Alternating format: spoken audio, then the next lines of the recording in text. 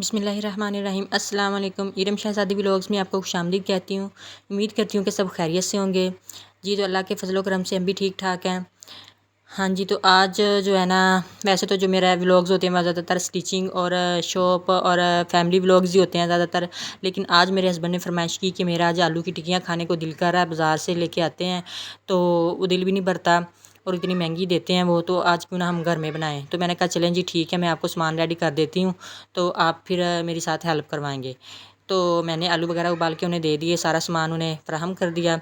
तो मेरे हस्बैंड जो हैं वो अब माशाल्लाह सामान रेडी कर रहे हैं। इसके लिए हमने आधा किलो आलू लिए थे और आधा किलो आलू हमने उबाल करके उनको छील लिया और अच्छी तरह से मैश कर लिया। और इसमें हमने कोई लंबे चौड़े मसाले नहीं डाले, जो घर में हम आम हांडी में चीज़ें इस्तेमाल करते हैं वही चीज़ें मैंने इस्तेमाल की हैं। उसमें हमने जो सुरख मिर्च का पाउडर और जो चिली होती है, पिसी हुई जो मिर्च होती है वो डाली है। हस्बे ज़ायक़ा हमने नमक डाला है। हस्बे ज़ायक़ा हमने थोड़ी सी इसमें वो डाली है, गरम मसाला डाला है। और साथ हमने थोड़ी सी काली मिर्च डाली है और हल्दी भी थोड़ी सी मैंने कहा कि डाल दें आप। इस तरह से इसका थोड़ा सा जो कलर होगा वो आ जाएगा टिक्कियों का, जो कि अच्छा लगेगा। तो आपने जो टेस्ट रखना है मसालों का वो अपने अपनी मर्ज़ी से रखना है। कोई ज़्यादा मिर्चें खाता है, जो कोई कम खाता है। तो हमने अपने टेस्ट के हिसाब से और बच्चों के हिसाब से बस नॉर्मल सा मसाला इसमें डाला था।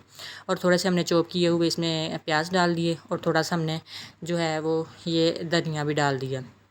धनिया डालने से और ये सब्ज़ मिर्चें छोटी छोटी काट के हमने ये डाली हैं। इससे जो टिक्कियों की लुक होती है ना वो बड़ी अच्छी आती है और जायका भी बहुत अच्छा लगता है।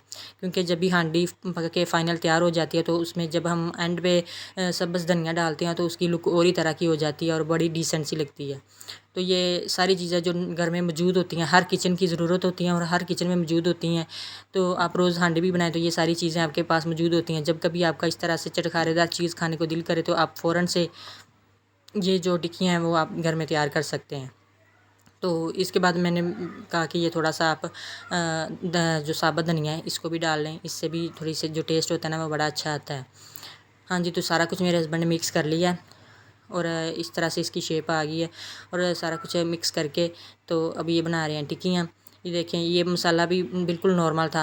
बाज़ औक़ात ऐसे होता है कि हमारा मसाला जो होता है वो पतला हो जाता है, फिर हमने इसको फ्रिज में हमें रखना पड़ता है ताकि ये जो टिक्कियों की शेप है वो सलामत रहे, वो ख़राब ना हो।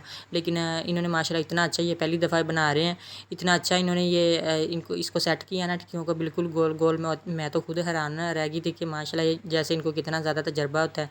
देखिए कितनी प्यारी लुक माशाल्लाह टिक्कियों की आ रही है। तो मैं तो इन्हें साथ साथ छेड़ रही थी कि आप कुकिंग में मेरी हेल्प किया करो, आपको तो बड़ा जो है ना काम अच्छे तरीके से करना आता है। तो इस तरह से इन्होंने सारी जो टिक्कियाँ हैं ना वो आहिस्ता आहिस्ता से माशाल्लाह सारी टिक्कियाँ बना ली।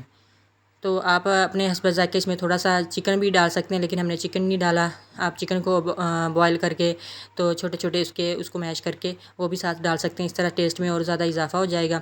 लेकिन बाज़ औक़ात चिकन हमारे पास नहीं भी अवेलेबल होता और घर में बस हमारे पास जो चीज़ें मौजूद होती हैं तो उसके लिए उसके साथ ही हम ये जो टिक्कियाँ घर में बैठे बना सकते हैं। तो इसके लिए अब हमने टिक्कियाँ हमारी जो उनको हमने बना लिया है। अब हमने इसको फ्राई करना है। इसके लिए हमने एक अंडा लिया है और इसको अच्छी तरह से फेंट लिया है। क्योंकि वैसे जो टिक्कियाँ होती हैं वो फ्राई करें तो वैसी इसकी लुक इतनी अच्छी नहीं आती और ना ही टेस्ट इतना अच्छा लगता है। अगर हम अंडे में डिप करके टिक्कियों को फ्राई करेंगे तो वो बहुत ज़्यादा उसकी लुक भी अच्छी आती है और अंडे के साथ इसके जायके में भी मज़ीद इजाफा हो जाता है। इसके लिए हमने एक फ्राई पैन में पहले से ऑयल डाल के रख दिया था, जो कि माशाल्लाह गर्म हो चुका था। तो थोड़े थोड़े अंडे में हम इसको डिप करके तो फ्राई पैन में रखते जा रहे हैं। तो इसको हम 2 मिनट के लिए डाल के छोड़ देंगे ताकि इसकी एक साइड है जो वो ब्राउन हो जाए। उसके बाद हम इसकी साइड को पलटेंगे। तो ये देखा आप देख सकते हैं कि कितने प्यारी इसकी लुक आ रही है टिक्कियों की माशाल्लाह। तो आपके पास अगर घर में कोई भी चीज़ खाने को नहीं है और आपको शदीद भूख लगी हुई है तो ये सारी चीज़ें आप फ़ौरन से पकड़ें और जल्दी जल्दी आप ये टिक्कियाँ बनाएं और ख़ुद भी इंजॉय करें और अपने बच्चों को भी इंजॉय करवाएं।